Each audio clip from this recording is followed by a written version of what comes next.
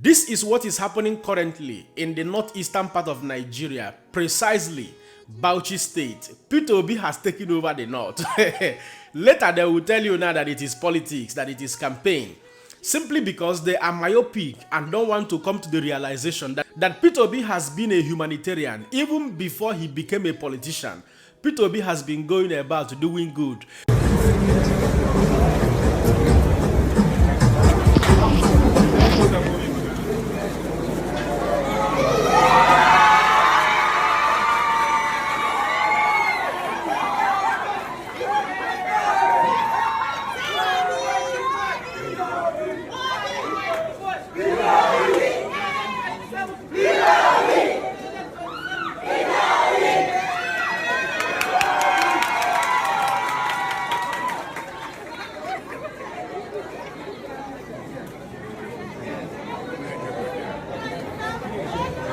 Well, for the records, the video you just watched is Peter Obi in Bauchi State.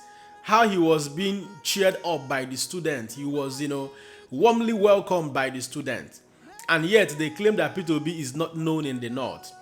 Peter Obi went to Malkia, College of Nursing Sciences in Bauchi State and donated 15 million naira, alongside with one other Islamic Quranic, school. Both of them, Peter Obi was able to support them with 15 million naira. Peter Obi's love for education and health is outstanding. And if you check why, you will see that these two parameters, health and education, are part of the key component of, world-class measuring index that is called HDI, Human Developmental Index. Unfortunately, our politicians doesn't know what this means and how to go about that and how to navigate through that. So that is why they are never interested in building good hospitals in Nigeria. They are never interested in rebuilding our educational system. What Peter Obi already knew as an economist earlier before now, that helped him to dive into the educational quagmire of Anambra State in the ages past.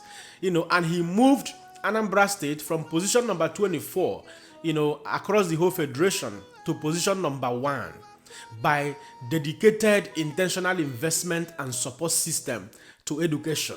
So when you see Obi doing all of this charity to nursing school, to education and all of that, it expresses the love. It's a profession, it's an expression of the love and his desire to see Nigeria meeting the global metrics through the HDI, which tells how a country is developing, how a country is faring.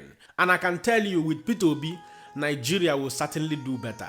And more so, for those of you who are still saying that Peter Obi is not known in the north, that this, that, and that, the northern part of Nigeria has accepted and adopted Peter Obi as their sole candidate, especially the people who are already aware of the quagmire APC government has thrown this country into in the last 10 years. In fact, make on listen to Peter May and we shall wrap it up. We are looking at how to save this country. Peter Obi is somebody that has conquered greed, is moral and politically upright and disciplined, very disciplined. How I wish many Nigerians could just be used as people who go to him so that they can get mentored. Because let me tell you, the balance of our arrangement. So the question is that based on the figure and the appeal Peter Obi has, do you think that the North will be willing to concede, or are they listening to Peter Obi? Are they going to be pleased? I see them listening more. The votes are in the north, there's no party today, northwest and in the northeast. There's no party today. No, there's no party today that is discussing about who are in the opposition, that who should run for the presidency, that Peter Obi is not topping the list. Even with survey, you can go and do your own private survey and consult it. See, the clear point today, everybody know, when it comes to public discussion today, Peter Obi has taken over and is in charge of the dynamics leading to 2027 election. It pains me today that we talk about North, we talk about South. In the last election, 44.5% was what Peter Obi got in the South. And he got 15.2% in the North. You are showing Kwankwaso result today. Kwankwaso got 1 point something million in the entire country. You're not discussing that. It's not about the fact that somebody is from Southeast, somebody's from Northeast. It's we should be looking at compassion. We should be looking at the capacity to have, character, to be disciplined enough to manage our public resources. Because you can't have a situation where our public resources are misaligned, they are misallocated, and they are not directed to priority areas that would have helped the masses to grow. And that is his agenda. The agenda to come, to look at the resources that is available. You can't take decisions, remove fuel subsidy. You do rebasing of the public data we have about our economy, and yet you are not doing. Yeah. So by now you don't understand why APC they fear up and down. The narratives and the trajectory is changing so fast. It is not changing because P2B is giving people money. No, he's not giving anybody money. In fact, P2B is allergic to wasteful spending. And he has always maintained that donation to schools, hospitals, and College of Education, College of Nursing Sciences, is one of the ways he believed that money should be spent.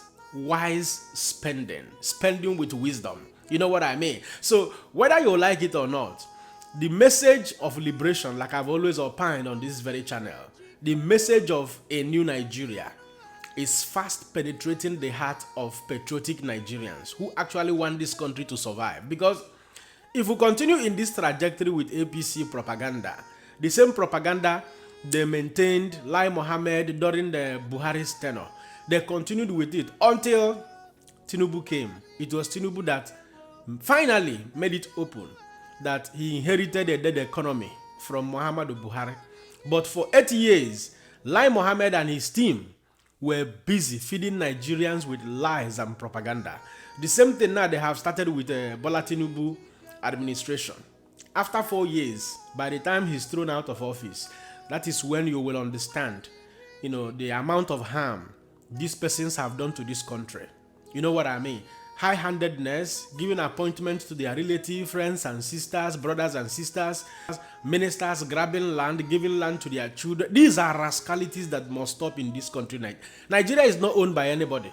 All of us own Nigeria, and that is why we are legitimate in what we are doing. Calling for a revolution, calling for an intentional change of governance in this country, so that a man of due process will come in and standardize the process while changing the status quo for good. Well, at this point, I'll allow you guys to be the judge. Don't forget to let me know what you think in the comment section and share this video. My another person, Siam. God bless you.